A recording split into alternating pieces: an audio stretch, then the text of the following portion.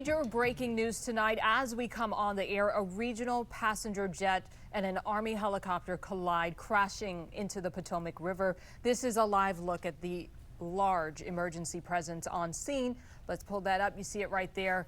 New shocking video also appears to show the moment that the collision happens. The plane starting to land when it disappears behind what looks like a fireball.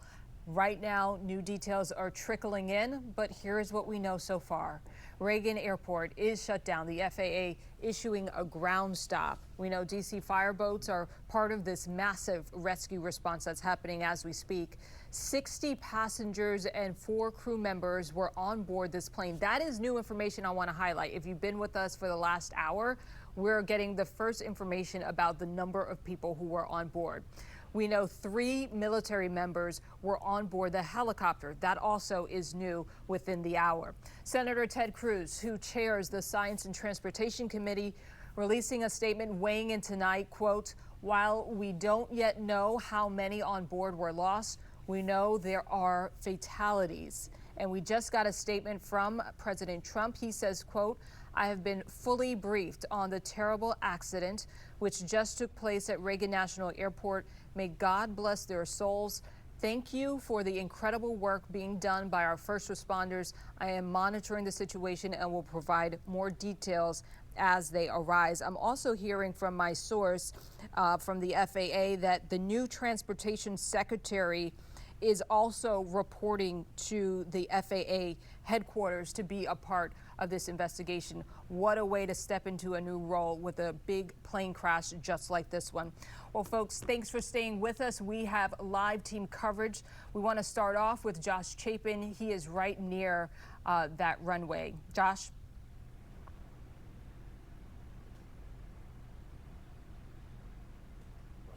All right, we want to move on. We have an issue with Josh's mic. Let's go to our Carl Willis. Yes, Michelle, we are in Terminal 1 here at Reagan National Airport, a quiet corner of the terminal. That is likely by design because this is where we are hoping to get updates throughout the night. The Mayor, Muriel Browser, just tweeting that she has been briefed on all of this. Her prayers go out and hopes to update us pretty soon here.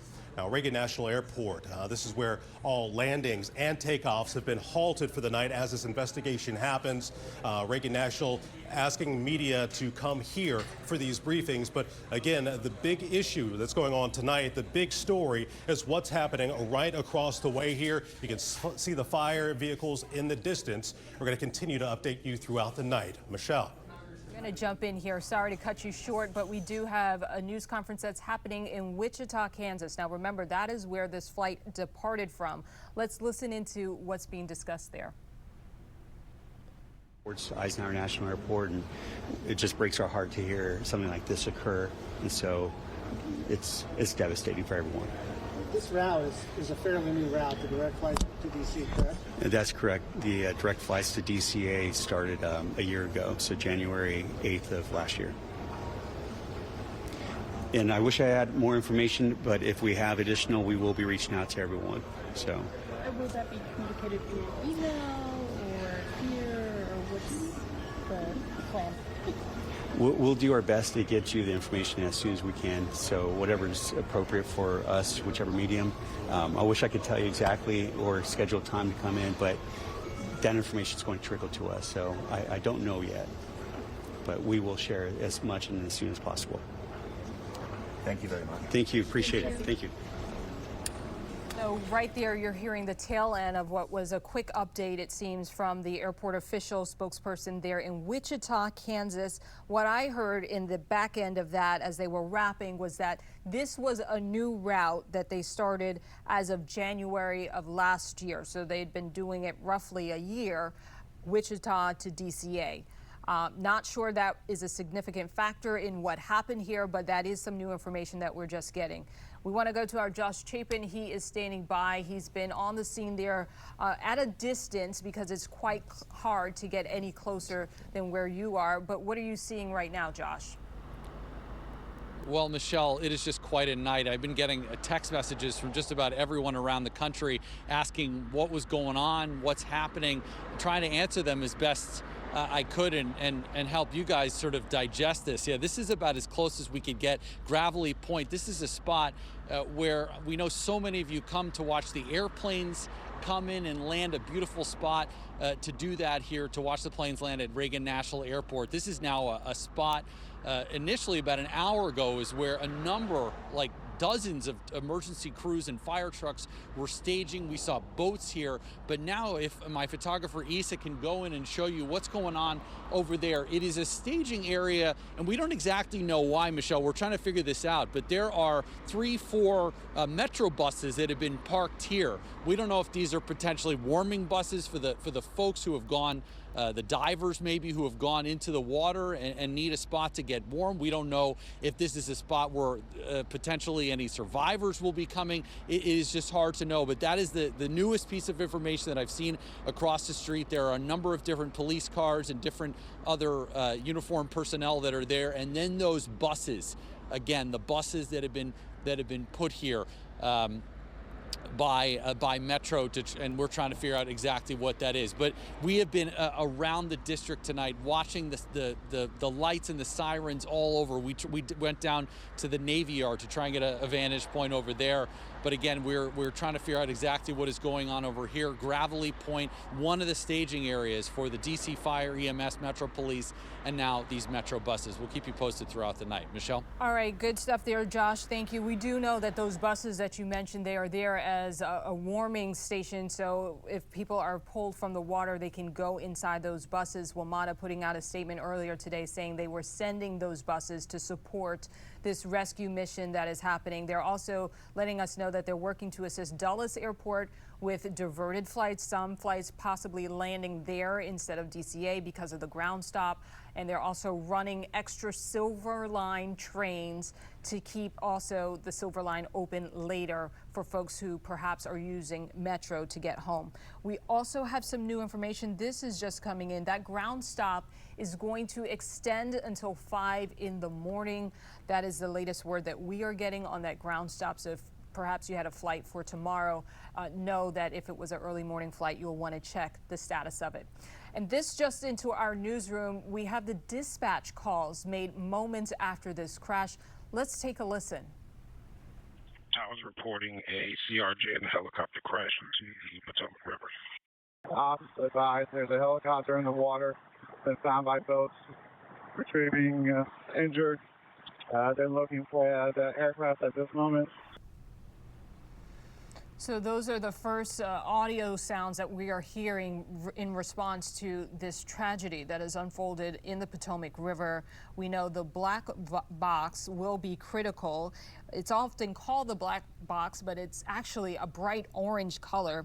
But a flight data recorder is going to be key because that is what holds a lot of the electronic data that can reveal to investigators after the fact what was happening, what the measurements of certain tools were showing moments before this impact happened.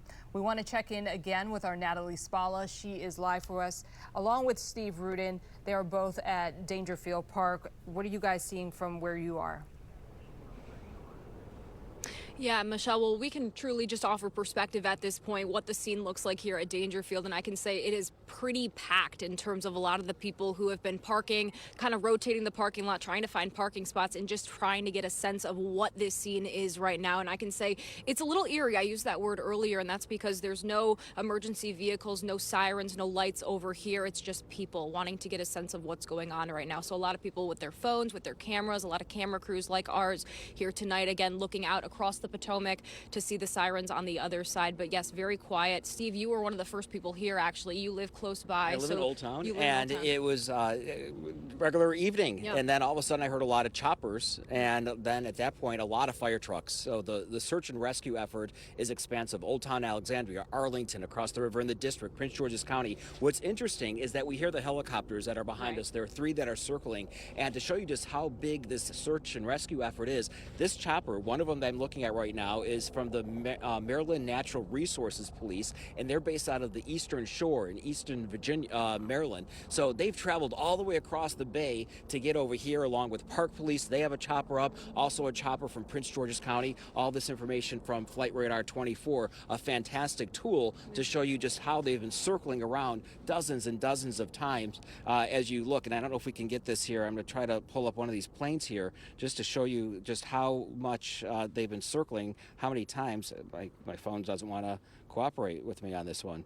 But I can assure you, I mean, the search and rescue effort is something I've never seen before. Yeah. And we mentioned the ground stop that's at Reagan National Airport. It's going to stay until 5 p.m. A lot of flights have also been diverted over to Dulles International Airport, to BWI Marshall. And this airport, generally, the flights end at around 11:30. You might find a later flight that comes in, because I can hear them often when they're landing down the river because of noise abatement. But the search crew continues. I just want to show you, we'll step out of the way here. I'm going to step right over here. I'll grab this. And Marco, if you could just show, there's actually like 3 distinct areas where they're doing all the searching right now, and Natalie can also see this also. If you look over toward one end, that's where you have a lot of search and rescue. I don't know if that's in the water or not, and then as you head closer to Reagan National Airport, you can see the U.S. Capitol Dome in the background. So Natalie, I will step in here again. It's scattered up all across the river, and you can understand why it's a little bit different over on this side as opposed to what's going on behind us, just because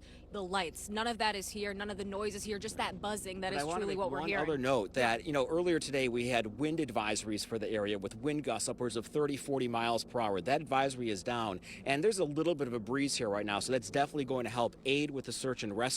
However, the water temperatures, as Veronica's been saying, they're only in the 30s. I mean, not freezing. Part of the river had a layer of ice on it up until a couple of days ago. Today, we had a high temperature that was well above 60 degrees, but that doesn't really help with the water temperature. Just an awful way to end a day where a lot of us were happy about the warmer temperatures that we haven't seen here in quite some time. Michelle, we'll send it back to you in the studio.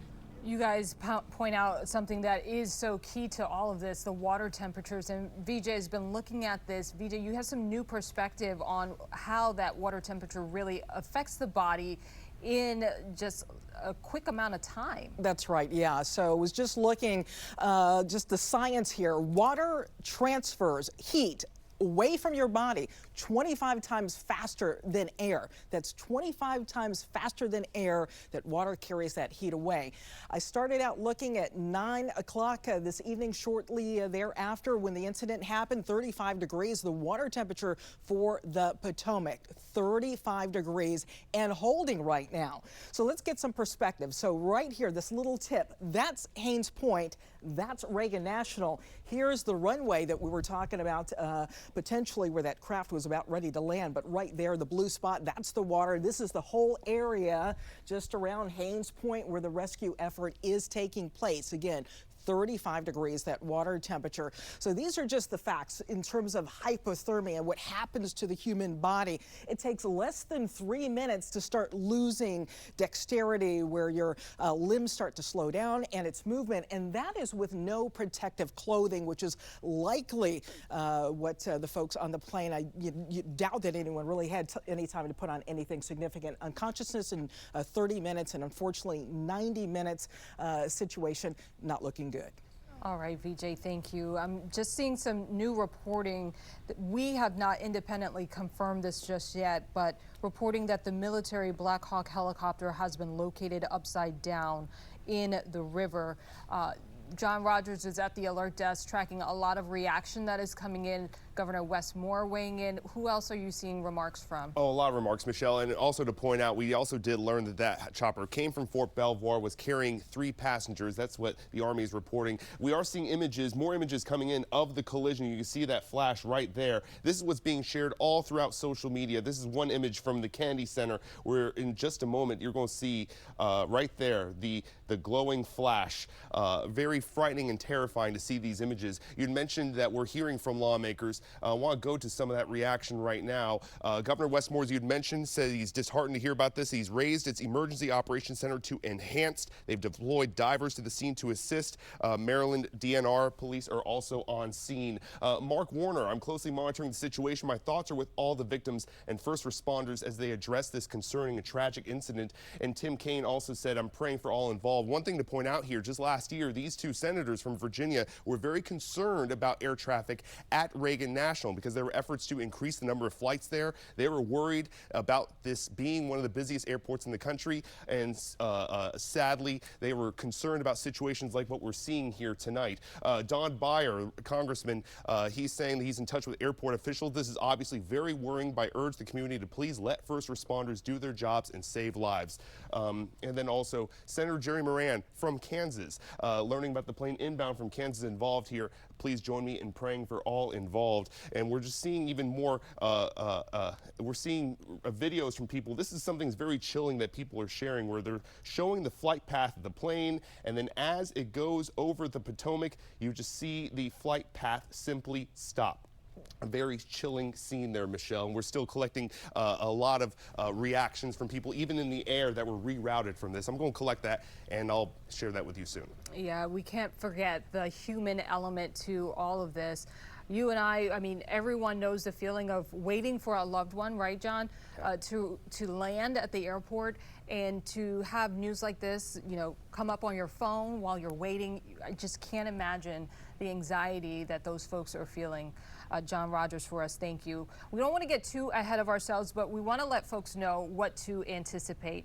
John, thank you. We know that the FAA and the NTSB will be leading this investigation. And I just want to point out that there are two types of flight recording devices. Of course, you have the flight data recorder. That preserves the recent history of the flight through the recordings of several different, dozens in fact, of parameters that it tracks per second as that flight is in motion. And then you also have the cockpit voice recorder. Those two pieces of equipment, sometimes they're combined as one, but that device is going to be critical in figuring out what was happening on board that plane in the moments that led up to this point of impact, that crash. We don't know in terms of the helicopter. I'm not sure of the capabilities of that in terms of voice data recordings. Our Dave Lucas is standing by. Dave, do you know what kind of recording devices might be on the chopper that may lend some insight into what happened as investigators try to gather all of the evidence and figure out how something like this could happen? I don't know about the Black Hawk. There are some rotor wing, helicopter aircraft that do have cockpit voice recorders. It's the flight data recorder, though, that will be the real value here. But to be able to hear the voices between the cockpit of the smaller of the regional jet and Reagan National will be invaluable too, if there was any warning to be heard or had about the helicopter that was close by. I want to amplify on something that John was talking about just a minute ago, and there is no question that moving forward, after we get beyond just the horrible notion of what has happened tonight there in the Potomac, this crash is almost certain to renewed debate over safety at Reagan National, because last year, turns out as part of legislation to fund the FAA, Congress added 5 additional round-trip flights, and the decision came over the objection of the D.C. area congressional delegation, and that delegation has long argued that the airport is at capacity and adding more flights could compromise its ability to operate safely. Now, again, remembering this was a flight that was landing. We heard earlier from that news conference, it's been about a year or so that this flight has been operating between Kansas and there at DCA. But you always are sharing that airspace with other aircraft. In this case, it was that Black Hawk that had taken off from Fort Belvoir, and the two apparently collided. One thing that I think is important here, and you've been talking about the river itself, is also probably useful to know the depth of the river, and it varies between about 15 and 30 feet the dredge channel is located. It can be as deep as 80 feet in some places, but that tends to be a little bit farther on the other side of the bridges there.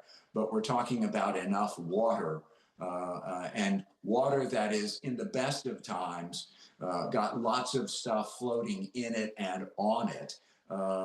This is a long river that flows by a number of forests and wooded areas. You pick up that kind of flotsam and jetsam in the water and a lot of other stuff, and then it starts flowing through an urban area. You get that kind of stuff too. So there's lots to digest here, and we will be doing that over the long period of time. Right now, we're just in that horrible period where we're coming to grips with what is definitely a mass casualty tragedy. You're right about that. And as you were speaking, Dave, I pulled up a remark, a quote from those senators. You were talking about the conversation that's likely to evolve about the amount of traffic and volume at DCA. And I was able to dig into our archives here and find a statement from Senators Warner and Kane. And they said, as the House and Senate work toward a final FAA reauthorization bill, we urge you to reject any proposal to add additional flights at an overburdened DCA, which would negatively impact service and increase delays and cancellations for all passengers. At this point, we don't know that any of that would have made a difference in this case, but you're right, that debate is likely to come up once again, given our very busy airspace. Dave, thank you so much for that. Yes. And really quickly, we've been talking a lot about these different aircraft that were involved. We want to show you what they look like. You can see on your screen right now, on the left is a Black Hawk helicopter, and on the right is what a PSA American Eagles plane looks like, which we understand had about 60 passengers on board. Now to our Carl Willis. He is standing by. He is at Reagan National Airport. He's been there for hours now. We're waiting on this NTSB FAA news conference to start. Does it look like it's any closer? My hunch is no, because you just stepped out of the room and you're in the terminal. No, that press conference will happen in this terminal, hopefully right here behind me, and an update since the last time I spoke with you.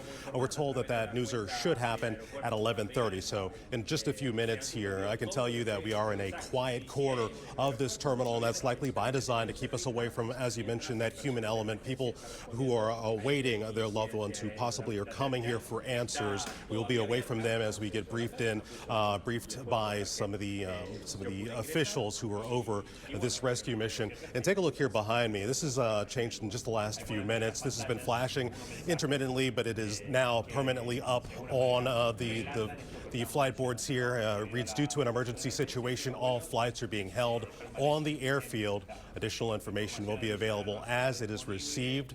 For customers on departing flights, please check with your airline representative. And that goes for if you have a flight in the morning. And since we talked to you last, we've also been told that that ground stop here for landing and departing flights, that is going to be in place until 5 a.m. So something to keep in mind here. I've been looking on FlightAware throughout the night. So far, there are 7 cancellations and 19 delays. So again, that is likely going to continue on throughout the morning.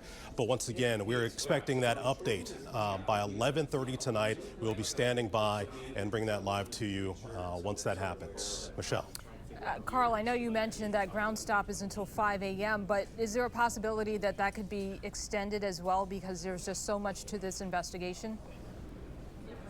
That is highly likely, Michelle. Just the scope of this investigation, the fact that there are still fireboats and EMS and police standing by and being involved in that recovery mission and that rescue mission right now. So, you definitely want to call in ahead. And if you have loved ones who are coming into town, let them know as well that this ground stop is happening again until 5 a.m. at the very least, Michelle. And we're seeing some reporting that some of these flights that were supposed to land at DCA have been diverted to Dulles. What more can you tell us about that effort? Yeah, that is the good thing about having two other airports that can handle this kind of aircraft in the area, that they can be diverted, and that's nothing but a Uber ride or a little bit farther for your loved ones to go to pick you up. So that has been happening. I can also tell you, just, this is DC, of course, so you can imagine the people who were landing, who were supposed to land before and after. I saw a tweet earlier tonight, or a post on X rather, that Representative Eric Swalwell of California landed at 8:42, just minutes before this crash happened. So in the coming days, we'll learn more about just who witnessed and who was in the vicinity when this tragedy happened. Michelle. Okay, Carl, thank you so much. And as soon as that news conference starts, we will get back to you. Thank you. On the phone now is our Tom Rousey. Tom, thank you so much for joining us tonight. You cover transportation so well for us all the time. I would imagine something like this is causing tremendous backups for folks who are navigating in the Alexandria area. What are you seeing, and what kind of workarounds can you recommend? They said they wanted me to come on and talk a little bit about some of my coverage in the past for how busy DCA is, Michelle. Okay, we can start there as well, because that's something I was discussing with John Rogers, Dave Lucas, and the push to dial back some of the volume that we've seen at that airport. Both senators from Virginia were very outspoken last year about that issue when it came up. That's right. Last year, the Congress overall approved adding some long-distance flights to the airport, and there were some opponents, among them the airport's authority itself. And one of several arguments that they gave was that it's already so busy that to add more flights could potentially, create a safety risk. Now, that adding to the flights, as far as I know, had absolutely nothing to do with what happened tonight. However, one of the things they argued was that it's such a busy airport. And of course, Reagan National, it's unique because, unlike Dulles, which has 4 runways, Reagan technically has 3, but it really only has one main runway, and then it has 2 smaller ones that crisscross the main runway. So it does all this volume, but it can only use one runway at a time because they all cross each other. And in fact, the flight tonight was going to land on one of the smaller of the 2 runways. It's called runway 33. So it was headed, instead of like a straight, almost north-south landing on the main runway, it was heading across the Potomac, I guess, kind of almost northwest to land on what's called runway 33, which again is one of the 2 smaller ones there. Smaller planes land on that runway all the time, so there's nothing unusual about that. Obviously, there should not have been a helicopter in the way.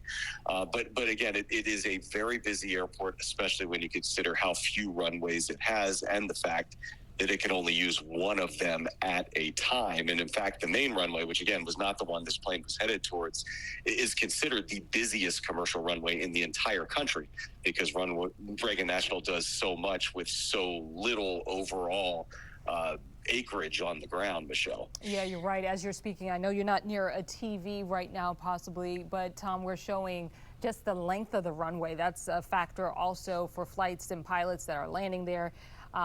Again, we don't know what played a role in this particular crash, but we're just sharing with our viewers what we know about this airport, some of the challenges that it has a history of. And as you referenced, that runway really is one of the busiest runways in the country because, as you said, it really comes down to just one runway. Yeah, you can only use one at a time because they all crisscross each other. And I used to live within sight of Reagan National Airport and its runways. And if you've ever just, been able to watch it from kind of up high all day long, it is one plane after another, either taking off or landing, and there are very few breaks. It's so busy. And so again, when they, had this controversy over adding more flights last year, ultimately they approved adding 5 more round trip flights a day. So it's not a major change. But again, one of the things they said was this is already such a busy airport. And at the time, I think the big concern was that, air traffic control might clear 2 planes to be in the same spot at the same time. And there have been some near misses where, one plane on one runway that crisscrosses the main one and one on the main one have had incidents where they came, way too close to potentially having a collision. It hasn't happened, but that was the main concern, was the idea that two planes might be in the same place at the same time. On nobody's radar screen was the possibility of a plane hitting a military helicopter or anything like that at the time. But again, the argument was this is so busy, it just creates potentially more opportunities for accidents. Yeah, and speaking of, we know that air traffic control nationwide are understaffed.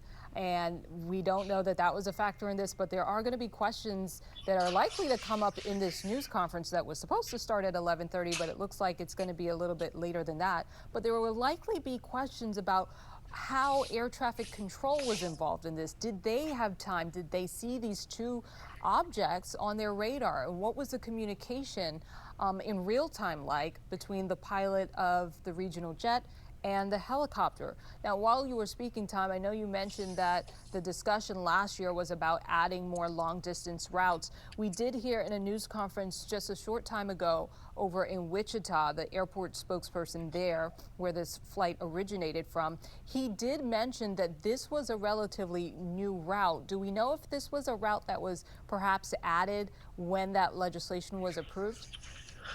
This was not. They recently in October they announced which routes would begin service. I'm going to have to check, but I don't believe they've actually begun yet. But the Wichita route was not one of them. The Wichita route started separately from this whole long distance controversy. Okay, Tom Rousey on the phone for us. Thank you so much for hopping on this breaking news coverage. Our Natalie Spalla is standing by. She's at Dangerfield Park, and our Steve Rudin is joining us. You guys have been out there for quite some time. I know a lot of onlookers as well as additional news crews are out there.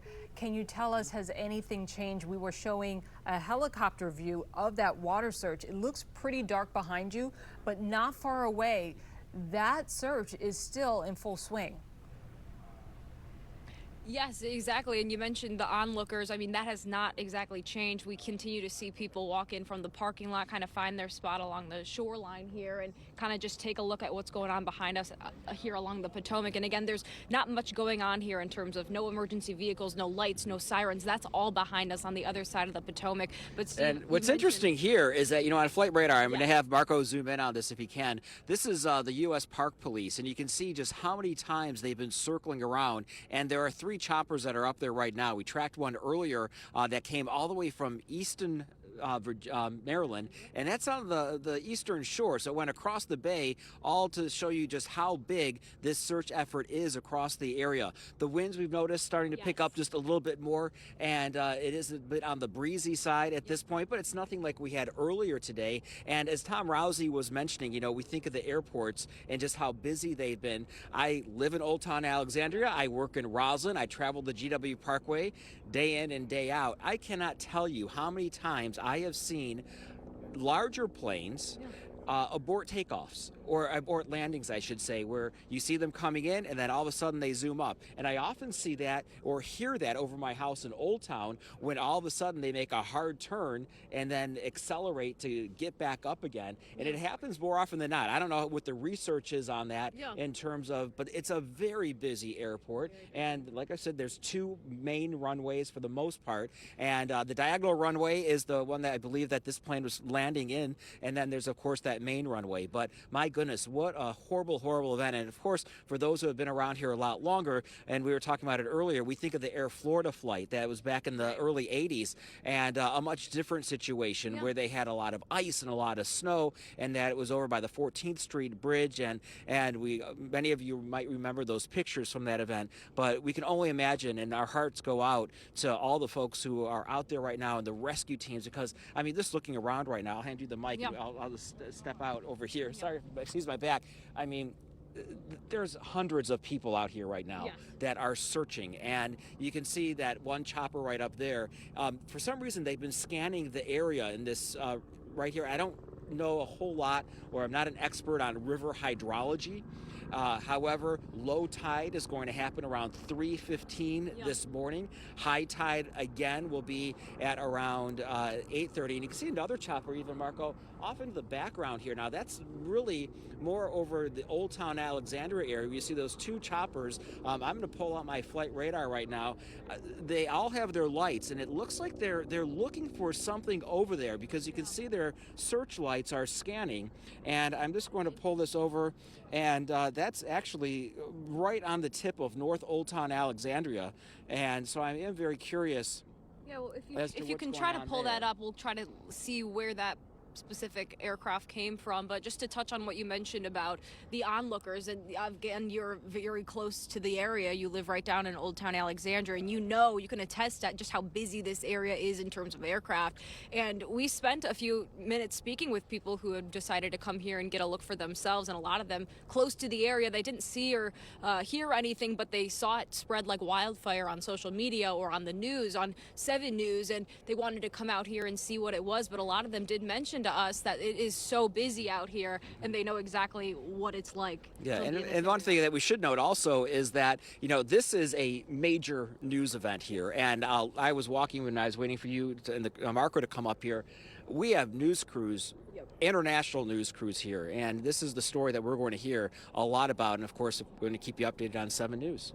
We'll send Michelle? it back to you guys. All right, thank you both for your coverage. We do want to mention that CNN is reporting that the Black Hawk helicopter that was involved in this collision was on a training mission. And if you've lived in this area for any amount of time, you know it's not unusual to see these trainings happen at all hours of the day and the night as well. So that is just some new information that we are able to say, that this Black Hawk helicopter was on a training mission.